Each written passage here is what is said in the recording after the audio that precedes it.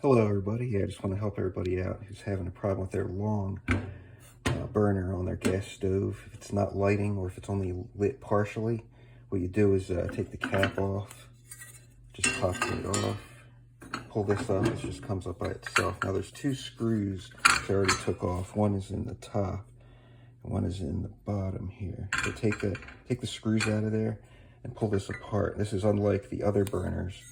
The other burners look similar, they're just round, but they don't come apart like this. But this is important to take it apart if it's not working, because you want to make sure all these grooves are clear of debris and oils.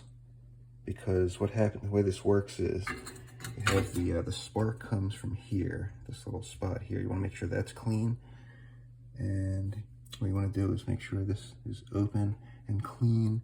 This is where the gas comes out. You can see a little hole there, so you make sure that hole is not blocked. And then make sure that the spark comes up, the gas comes up through here, and the gas moves around in through these grooves, creating that flame around the whole thing. Trying to make sure nothing is blocked, so I kind of cleaned everything up.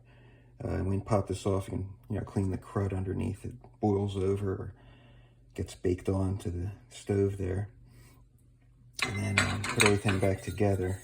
Nice and clean. What you could do to clean it with a steel wool, like a non-soap steel wool you can get off of Amazon or somewhere else. And I'm going to put the screws back in. It should load up nicely. Okay, so you can see here I put the screws back in. One goes at the top, the other one at the bottom. Puts this thing together again. Make sure you line up the holes, so this hole here goes over top of the spark guy there, and then this cap goes right over top. So everything's together and everything's clean. You start it up and it should light up. You hear the clicks, boom, there you go, light all the way around, good to go.